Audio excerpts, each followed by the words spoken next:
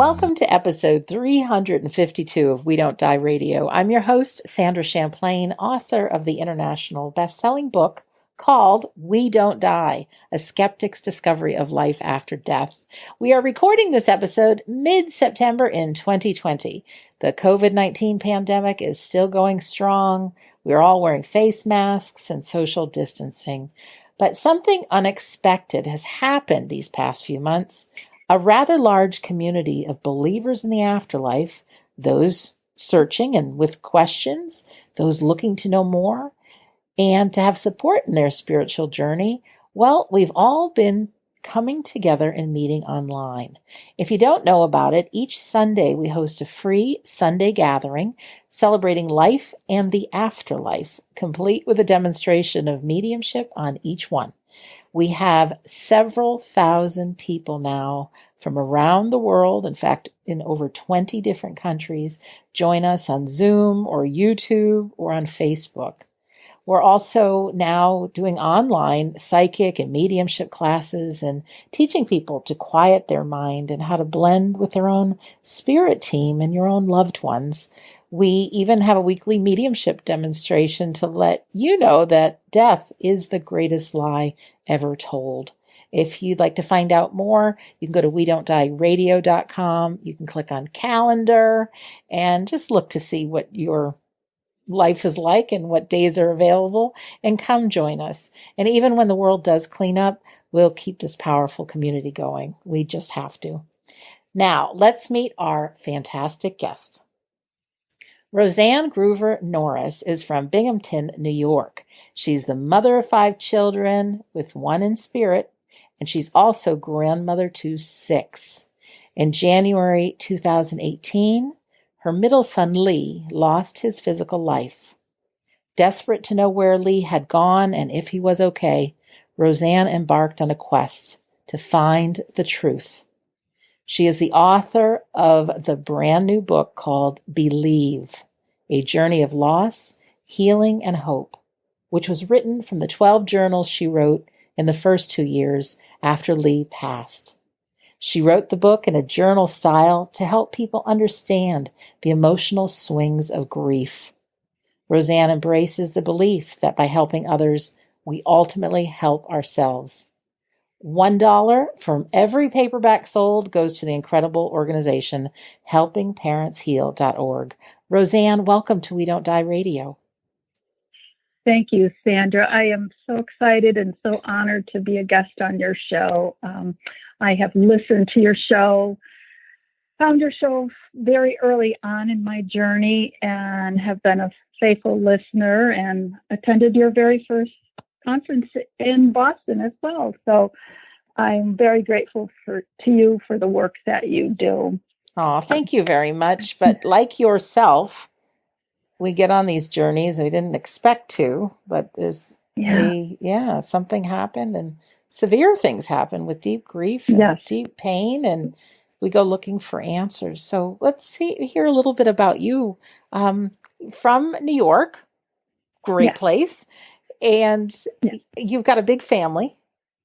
I do have a large family, and we're all very close. And so this Lee's passing, it, really ripped a hole in the fabric of our family initially, and it was, quite unexpected. In January 2018, in the middle of a very, very cold, bitterly cold time in New York, Lee, he had a coal furnace, and which leaked because he didn't get the door closed all the way. This is a furnace? Have a block to the furnace, with the coal. And he also took his carbon monoxide detector off the wall. So he succumbed to a poisoning in his home.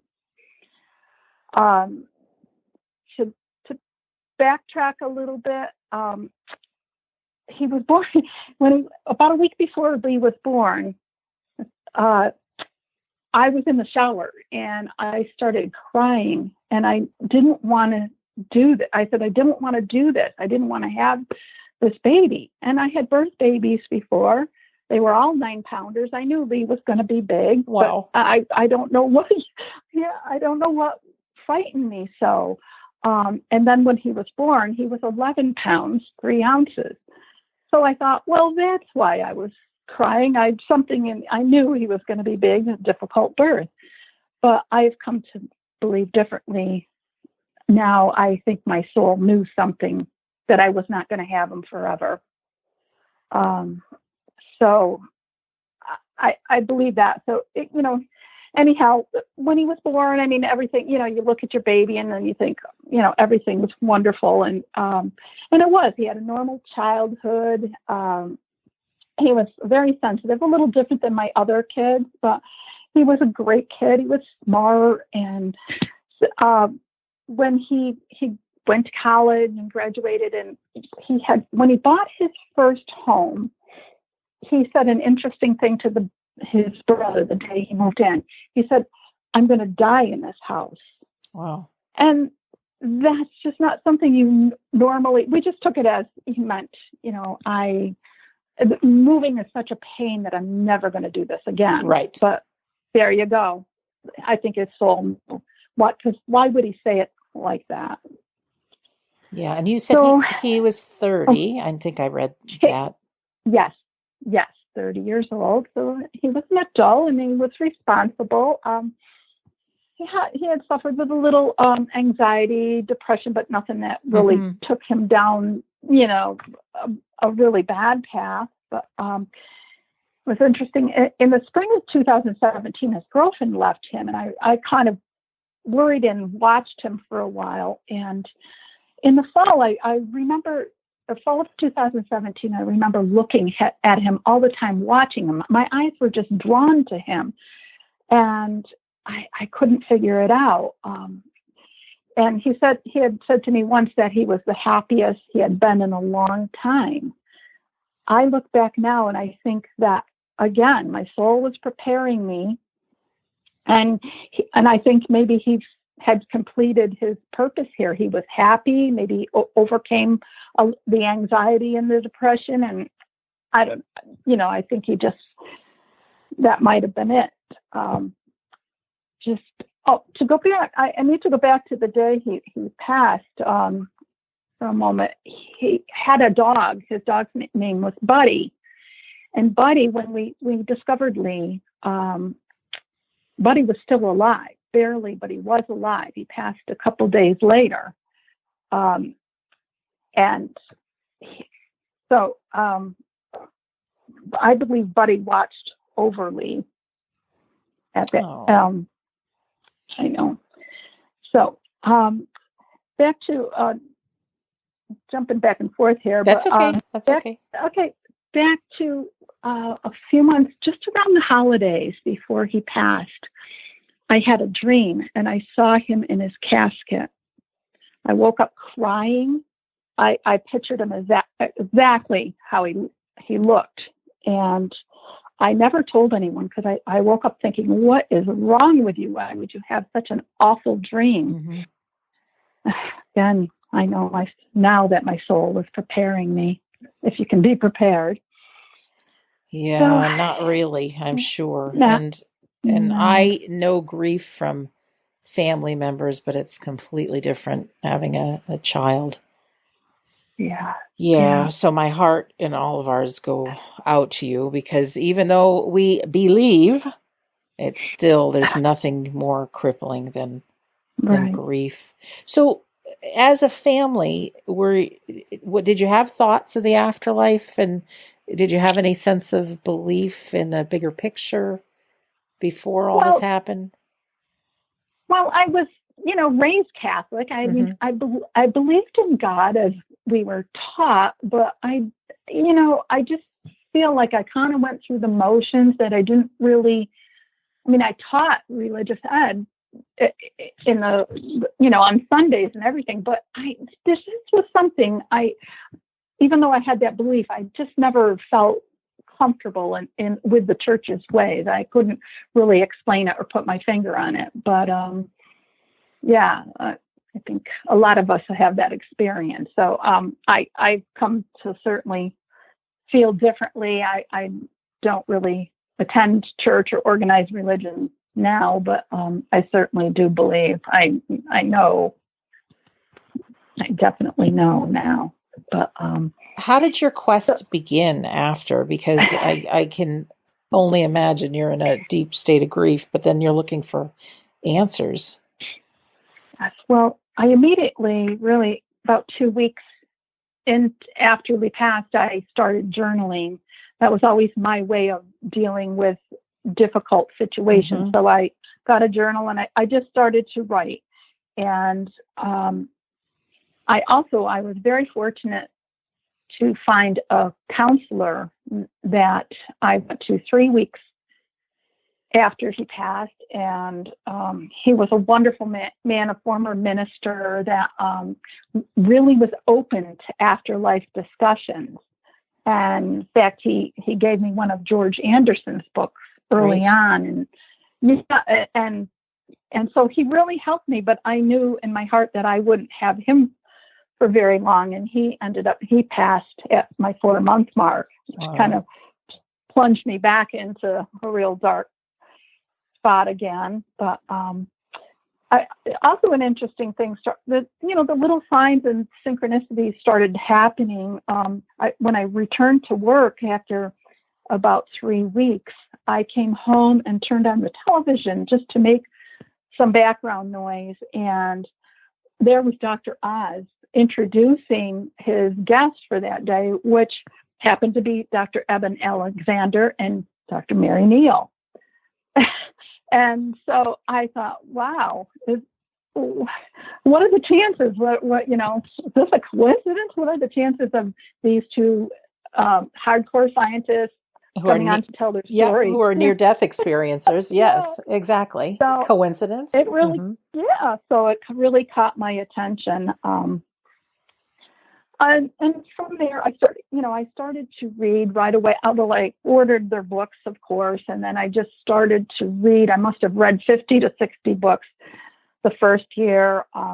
Between the journaling, the podcast, I believe I found your show very early on. I listened to anything and everything I could find. I think it was in April. I started looking after Ernie, my counselor, passed. I started looking on Facebook for different groups, which just did not resonate with me. I went to one grief group and it was just dreadful. I thought, people that were there for 20 some years, I thought, do I have to be that sad forever? Because, I might as well check out myself. I just couldn't even imagine, people just being so sad, and they, wait till the second year, the third year, it's going to be worse, just telling you all those kinds of things. So when I was searching the Facebook groups, it was sometime in late April, 2018, that I stumbled across Helping Parents Heal. Well, I know darn well I was led to Helping Parents Heal. I wasn't.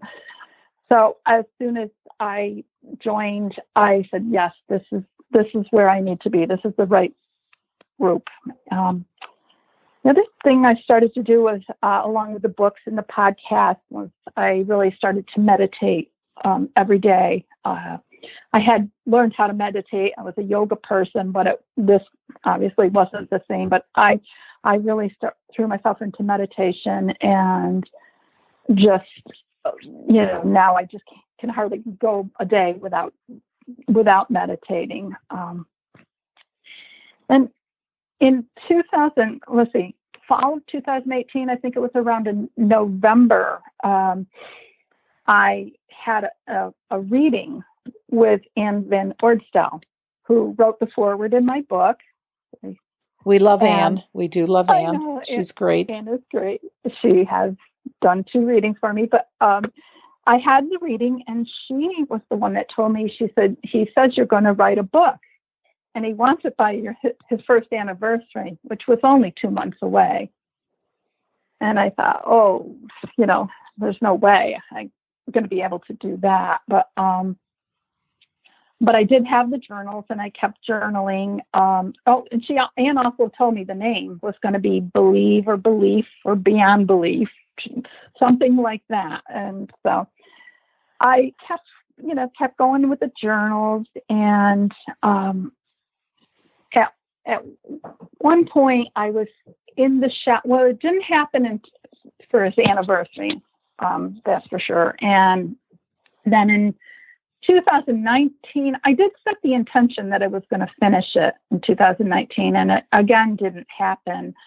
And it's interesting because I think I was meant to write it this year during the COVID, which is what happened. I had found in early March, I heard an interview by a young woman that owns As You Wish Publishing, my publisher.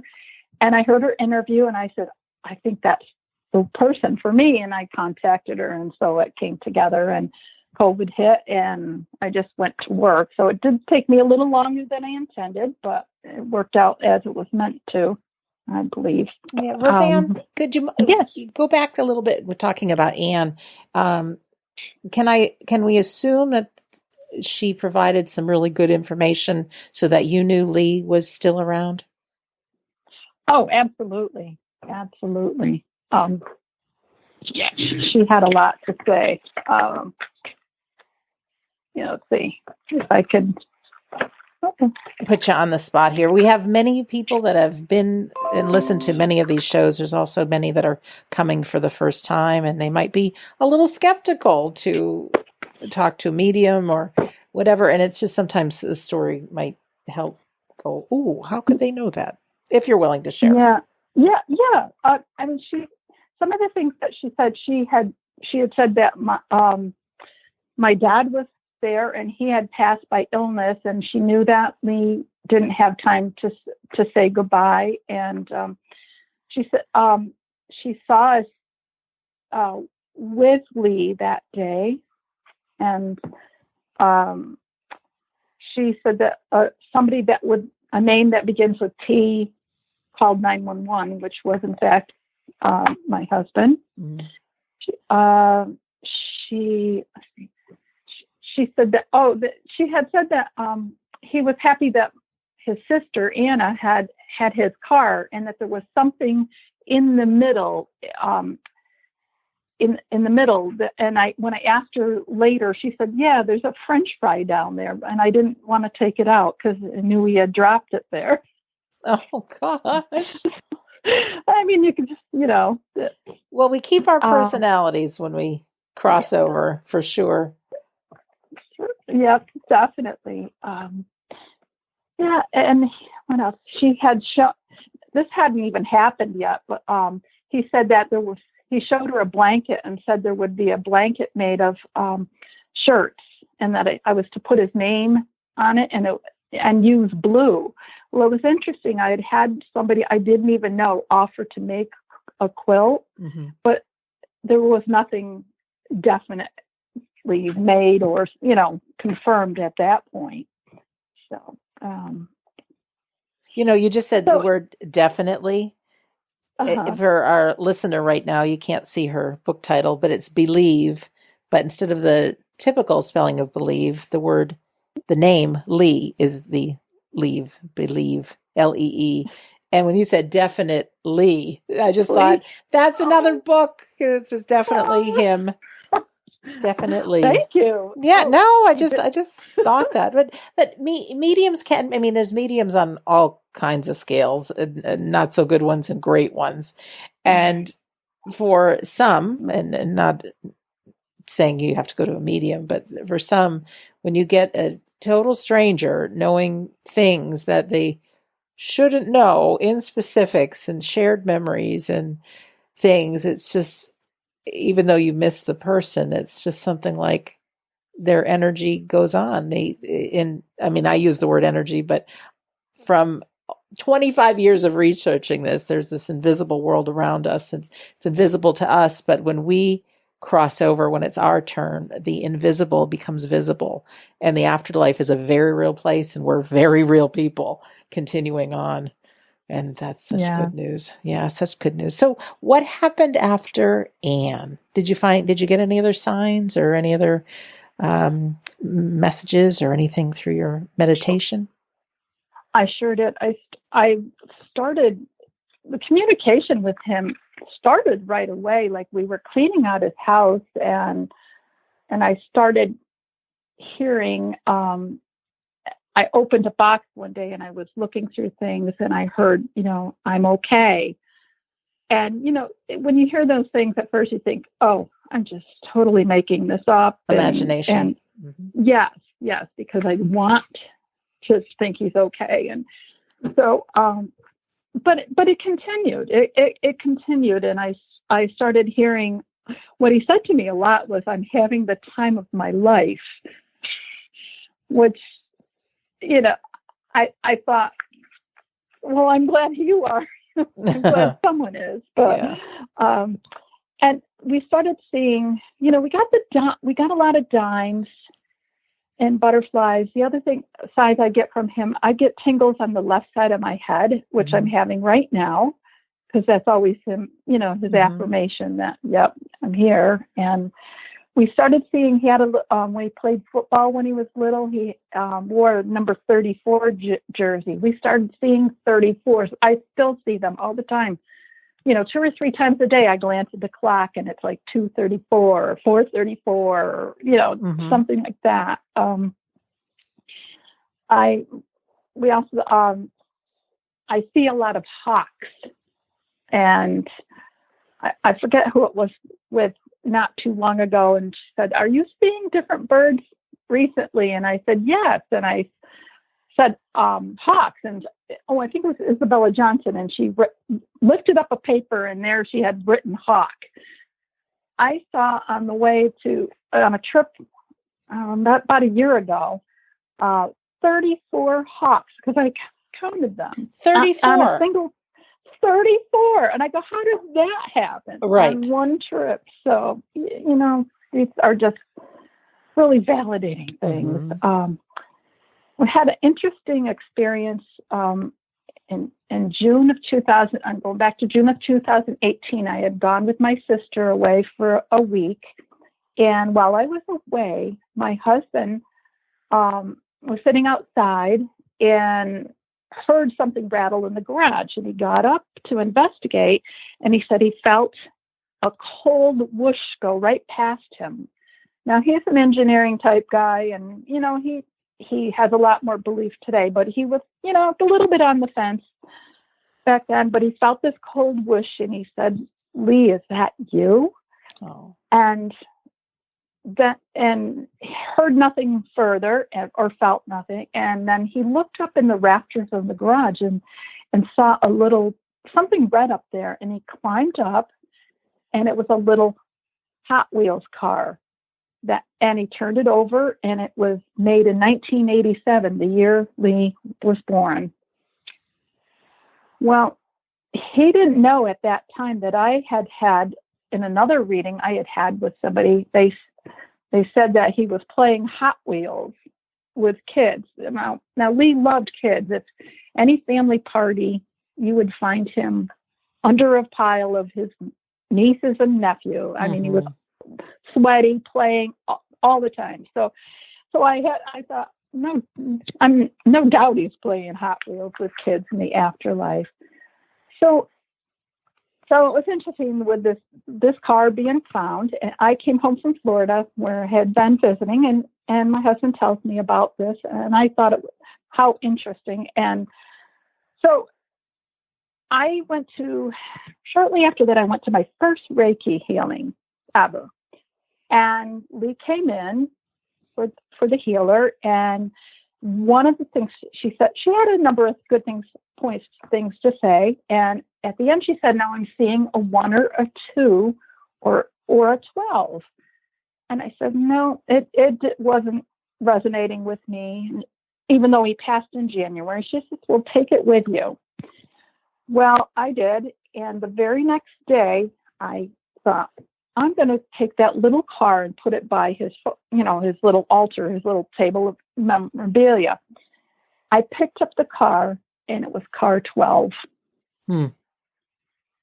So I couldn't believe it, because I hadn't noticed the number on the car before that. So that was car 12. I was later, also another medium had said something about a little car, number 12, and little race car.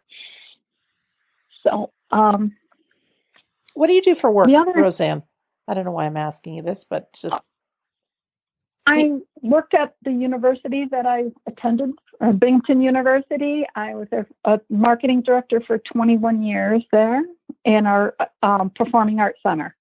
Wonderful. It was the best job in town. I always said I got to meet a lot of celebrities, and have a lot of albums signed, and it was just a fun job. Yeah. Are you still working now? No, I retired in March of 2018. I was intending on going in May, and I just shortened it up a little bit. I don't know why I felt so compelled to ask that, but I did. Yeah, it's interesting talking about signs and things. A lot of people blow things off. They say, oh, it's just my imagination, not realizing that that's the faculty that is used for communication. And it's, you talk about meditation. Anytime we can get into the present moment, anytime we can exercise that imagination. The first time I dabbled in mediumship, taking a weekend course under the radar, I'll put it that way, didn't tell anybody I was doing it. I was told to pretend that I saw someone behind the person I was working with. And sure enough, everything that I made up was accurate information. So for anyone who's listening, don't discount things that you come into your imagination, those dreams, those feelings, things that are sad and scary and guilt and all that. That's our subconscious. But some of these dreams and memories and thoughts and hearing his words, having the time of his life. Because once we cross over, once we do, it is the time of our life. We are restored to perfect health. There's no suffering. I mean, there's colors we don't have here. There's music we don't have here. It's just it's a whole great realm, one that we shouldn't be in too close to in a hurry to get there, but well taken care of. Yeah. Well, you question, like you said, at first you think it is just you're making it all up. But there was at one time he said to me that when I was meditating, I heard I was always, it was always the plan. I was supposed to go before you. I just scooted out a little early. That's when I knew. I went, whoa, I would never, ever say that. He just scooted out a little early. So I knew it was something he said that would get my attention to let me know that it was really him. The other thing, I had an experience when I came to your We Don't Die conference in Boston, the very first one. Thank you for coming. Yes. Well, it was the first time I had ever been to anything like that. And I was listening to Sonia Rinaldi. Yes. With her presentation. Well, I remember sitting there and thinking, I wasn't sure how it, I just was like, wow, this just really seems out there, kind of sci-fi-ish. But then I thought, okay, you're here, have an open mind, right? And Sonia, for anyone who doesn't know, she records audios, voices, and images using things like videotaping static on a television. And when she plays it back frame by frame, there's pictures on it of real people. So anyways, back to you.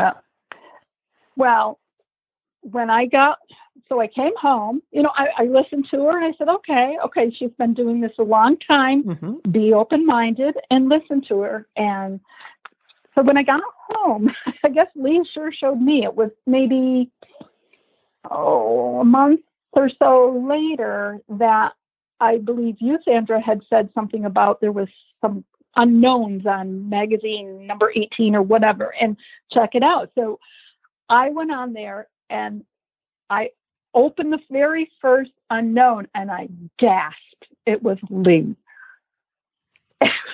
It was him. I had no doubt. He was younger. He was maybe 7 or 8-ish. but I was like, oh my God, that is Lee. And so one thing led to another. I think her assistant, Lisa, Mm-hmm.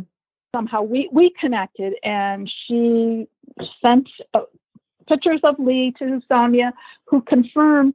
She said, yes, I believe this is your son, but who is the dog in the photo? I hadn't seen a dog. I went back and I looked, and there was Buddy. Oh, I've got dog. goosebumps. Yeah. And I just looked down, and we're at 34 minutes. I was like, of course. Oh, So Rosanne, that's fantastic. There was Buddy. So I said, oh my gosh. He sure showed me that. Yeah. And Sonia's latest experiments, she's working with parents, and the children are showing themselves not year by year, but say they passed when they're 25. They'll show a picture when they're 20, 18, 15, down to being toddlers. And so it's really interesting how they can. I mean, I don't know if they in the afterlife are changing into those ages or just putting those pictures in somehow cleverly, but what must go on behind the scenes to do this is mind blowing. And I'm grateful that we're filming a documentary on Sonia and her work, because she's never asked for a penny. She's just been working for 30 plus years now, nonstop, at doing everything she can to prove the existence of the afterlife through technology. And I think she's in Brazil, just an amazing woman. So you gave me goosebumps when you said the dog Buddy's in the picture. Well, he was right there. It was so incredible. And in fact, I was interviewed for the documentary. Oh, that's right. Yes. Yeah. Yeah. So unless I end up on the cutting room floor. No, somehow I don't think so. No. Unfortunately, we've had to put a pause button on it, because the next stage was Robert and the producer and myself. We were going to fly to Brazil, be with Sonia in her laboratory from when she records these and how she goes through frame by frame. And within every second of a video, there is 32 different frames. And believe it or not, there could be not 32 different pictures, but a ton of different pictures. And it's to me, it's absolutely mind blowing. And it is, well, there's one thing to believe in the afterlife and getting signs. Once you get a picture of your loved one, there's no turning back. They're alive. They are alive. Oh. Can't see them, can't hug them, but they are alive. Yeah. Yeah. And it does make a difference. It makes a huge, huge difference. It does. Oh. It does. I had gotten a couple pictures actually of my father that were similar to pictures that we have of him, but they're not the same picture. I mean, he's not looking right at the camera. It's different. And so it's like that, even if Sonia could have somehow fudged pictures a little and made this up, I mean, you couldn't, nobody could do something like this, nor would she do it just because she is pure of heart. But I even showed my mom and my aunt the pictures, and my mom, as much as she loves me, she's not really into this kind of thing, which is fine. But when she saw the pictures, she just was spellbound, stopped in her tracks, like, oh my God, what are you going to say? Yeah. So where do we go next, Rosanne, in your story? Well, I wanted to mention, I started playing, I call it my game. I started playing like a game when I would wake up in the morning with Lee. After I try to be grateful for a few things in the morning, but I started this adventure game, I call it, where I ask him where he's going today. And I've gotten some crazy, wild things, like the White House or Tanzania, riding on the antelope, and so I don't know, it just plays along with me in these kind of crazy adventure games. And I just love it. It's just a little way for me to try to keep the communication open. So. Absolutely. And thinking of Tanzania probably isn't the top thing in your mind. So they come across Right. as startling. Oh, okay. So Right. your journals, can you tell us about how they became the book? Well, they became the book. I didn't intend to write them in a journal style. I was intending, I just started it as a chapter book, and then I was showering one day and I heard, to write them as I wrote them, to write the book as I wrote the journals. And I had also heard, first I heard it's time, and I knew it meant it was time to open those journals up and start writing. And I had said no, in my mind, no. And then I heard 15 minutes, set the timer. So that's how I began. And also heard, write it as you wrote it. So I went back and extracted, everything from those 12 journals I wrote in the first 2 years. So. Oh, I just opened to random page 65. I wish I could tell you 34, but it's not. But just how you wrote, "Dear Lee, thank you for the sign tonight. I looked down at dinner and there's a dime near my foot. Love, Mom. Dear Lee, when a cardinal landed on the fence, Aunt Kathy said she liked red-headed woodpeckers better. No sooner did she say it and one landed on the tree. I don't know how all of this works, but the signs are so uplifting. Love, Mom." And it's just filled with these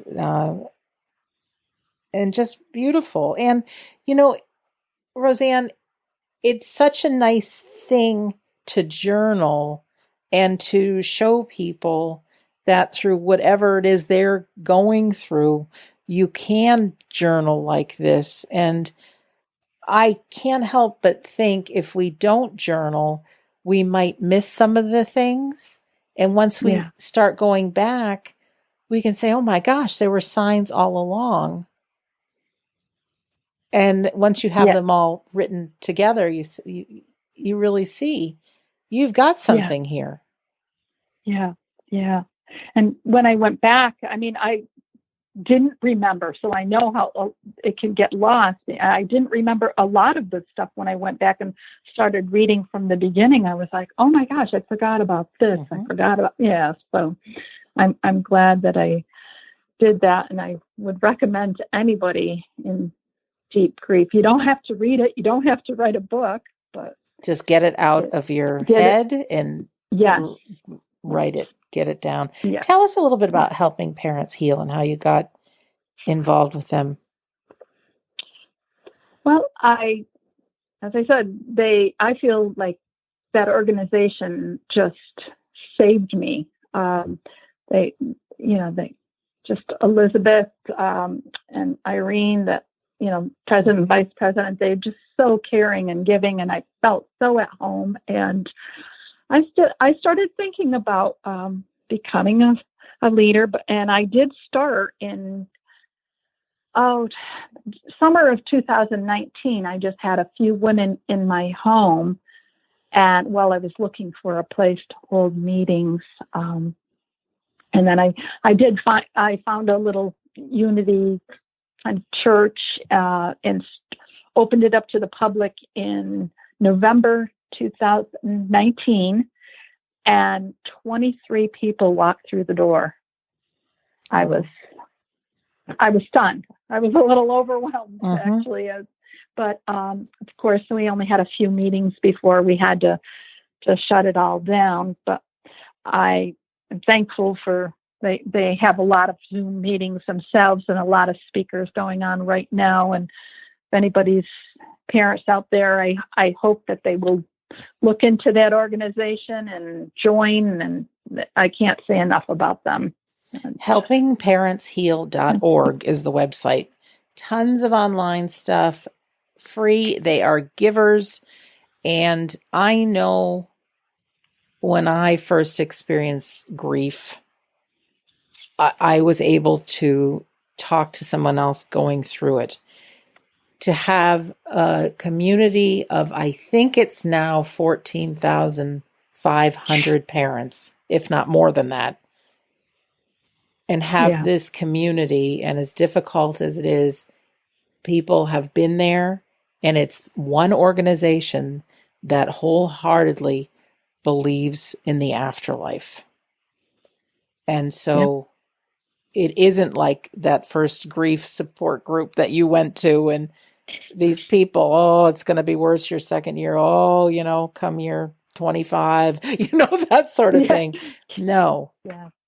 No, because I believe that our life is meant to be lived. It is incredibly painful anytime we have a loved one who pass, and as much as it got you and me on the spiritual journey to give, it's incredibly painful, but we can't stop living ourselves. So many people die internally, Rosanne, when a loved one dies, and they don't live a quality of life. Yeah. Yeah. You made me think, I think you've had Joe McClellan on your show before, or? I think so. Do you know? Yeah. We're up to 352, and I can't remember everybody. Well, Joe is a fellow, Helping Parents Heal member, and he had a son, Christopher, cross maybe a couple of years before Lee, and he said something once that really struck me, and I took it to heart. He had said that he didn't want his son Christopher to look at his father as a sad and broken man. Yes. When he was in a place of such bliss and joy. And I thought, wow, what a way to look at it. And yes, that has always been in the back of my mind, that I will heal the best I can for Lee and make him proud of me and do the things that, to help others and make that he'll be pleased, and helping others will help me too. And that's one of the reasons I became an affiliate leader, because I knew by helping these other parents that come behind me, I will ultimately also help myself. Absolutely. And I don't care what kind of pain we're in, anytime we can set our eyes on another person and give and serve, we always get back so much more than we give. Yeah. Yeah. So where should we go now? Okay, so we've got the book, and I don't know if this is your first interview, but it won't be your last. I can tell you that. What does the future hold? What message do you really want to leave with people? I think what I want everyone to know is that they just to be open to life and afterlife, and just open up like a flower and accept it all. But question, don't have to blindly follow like we did in our certain faith. Certainly we were taught in a Catholic religion to follow blindly, don't question. But I think that it's all right there. Once you start paying attention, you will see so many things. You'll know that the afterlife is real and right here. So. Yeah, I often say it, and thank you, listener, who's listened to all these episodes. I'm going to say it again. But we are all made up of energy, and we are caught up in these minds that make us believe that we have to see it to believe it. And down to our tiniest molecule that make up us, we've got atoms bouncing around inside the molecules. If you were to put a teeny camera in one of those atoms, all there is vibrating energy into our tiniest particle that we are as beings. Everything we're looking at, all we are is vibrating energy. It is a darn good illusion that we are real, but we are just vibrating energy, and energy can be many forms of energy can be in the same place, the same time. How many of us have lights and radio waves and Wi-Fi and our GPS signals and television waves and all that? And energy can't be destroyed. And I have witnessed, especially now with COVID happening, I mentioned at the beginning, we're doing all these online things.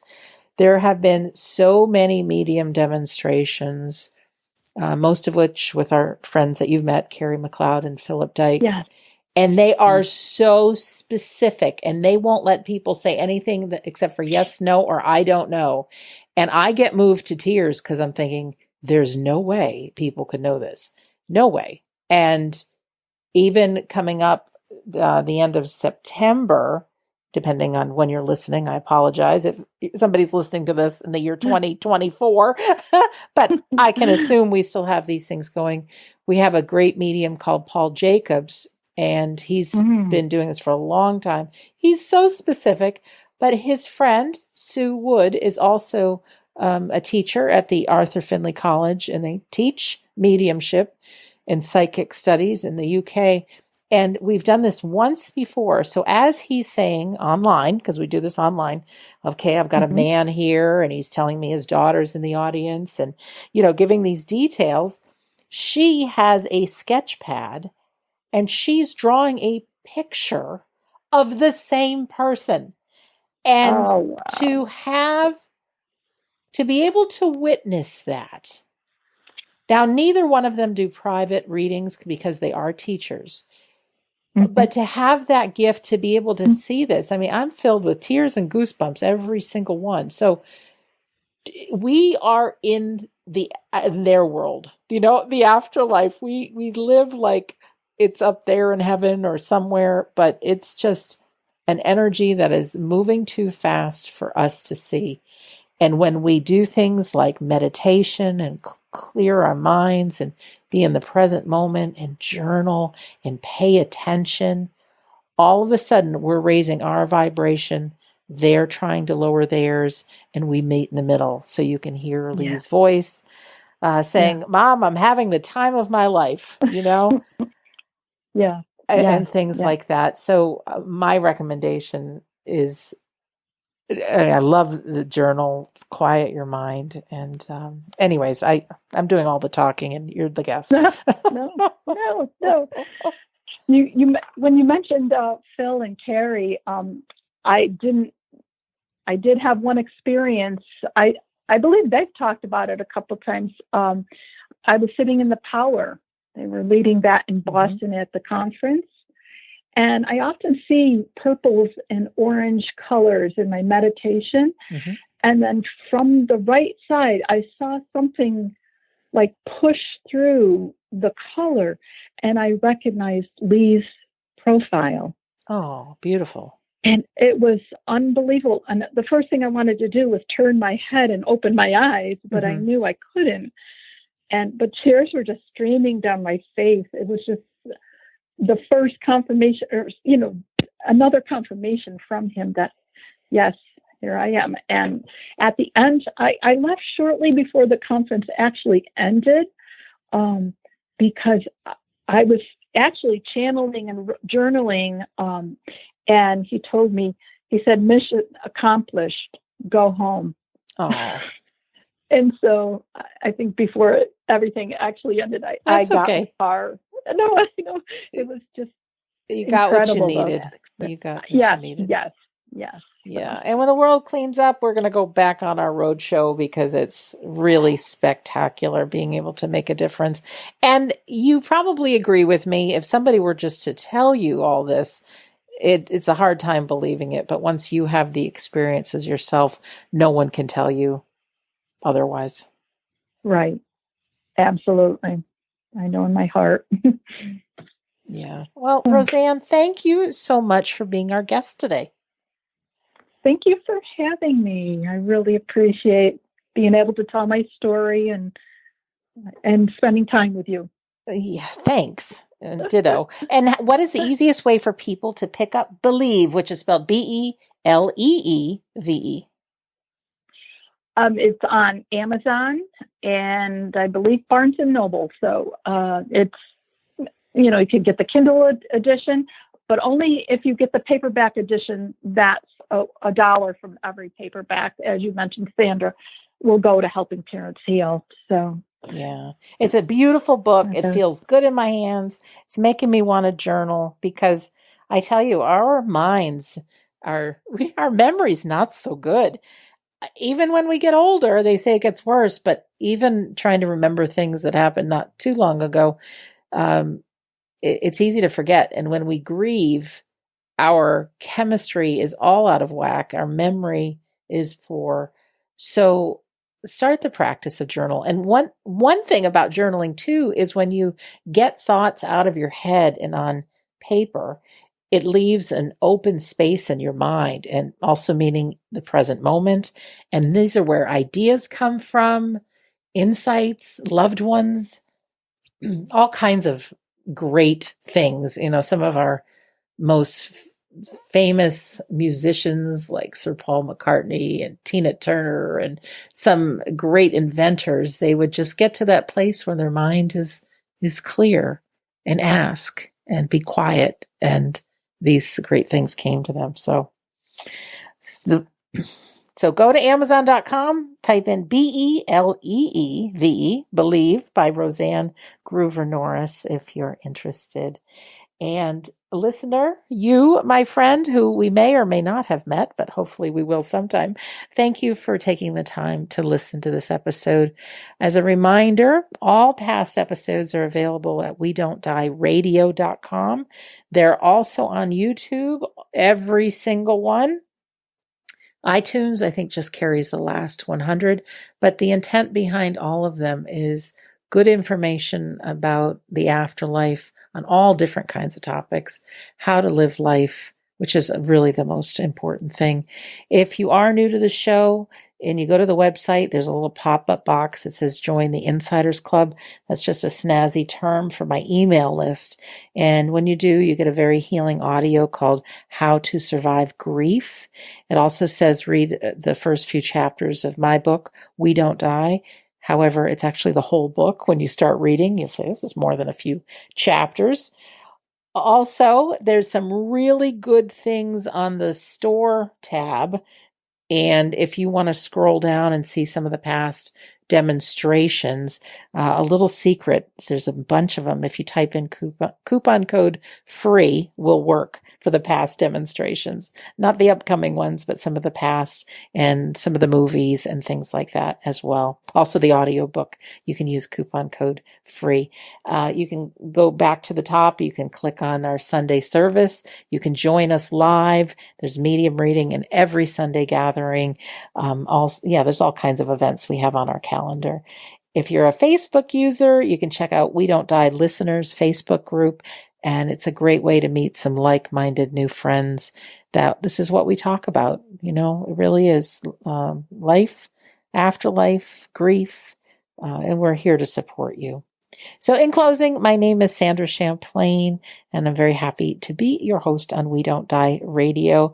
Check out Rosanne Groover Nooris's book, beLEEve. I believe that life is an education for the soul, and that your life here on earth is important. You, my friend, are loved. You are one of a kind. You have a team of unseen people to your eyes.